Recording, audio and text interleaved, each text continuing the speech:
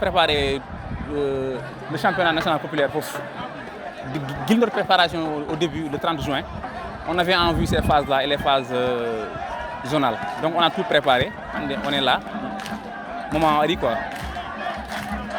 Par rapport au calendrier on joue régional, on joue demi-finale zonale,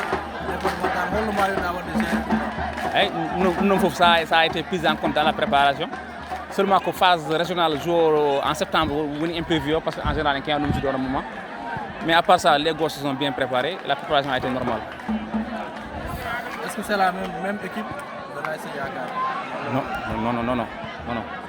C'est une autre équipe de l'AS Yakar avec un jeu différent. Parce que on a des manquants. Le foot des midi manquant ça.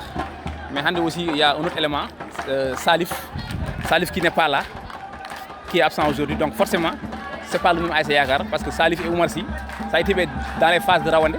Ce sont deux joueurs qui ont impacté les phases de Rawandé et qu'ils ne sont pas encore avec nous. Donc on espère récupérer le plus tôt possible quoi. En tant que champion départemental 2024, est-ce qu'on a une pression de plus en temps de jouer? Pression. La pression. Une pression encore mon terrain moi c'est ligade. Mais nous pression mais on a travaillé dur. On pression. Football, il y a une pression quoi. Le travail on l'applique ici, un point c'est tout. Merci beaucoup. Hamidou Amoursi, coach AG Lewlewal. Voilà, combien de fois on garde une phase régionale? Bon, c'est la première fois. Hein. Première participation. Ouais.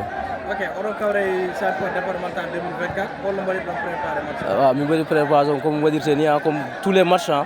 Ouais, comme tous les matchs. On s'est bien préparé. On va équiper pour à jour quoi. Jour de la champion départemental, on a su que vous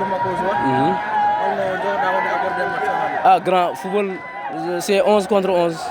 Même pas peur.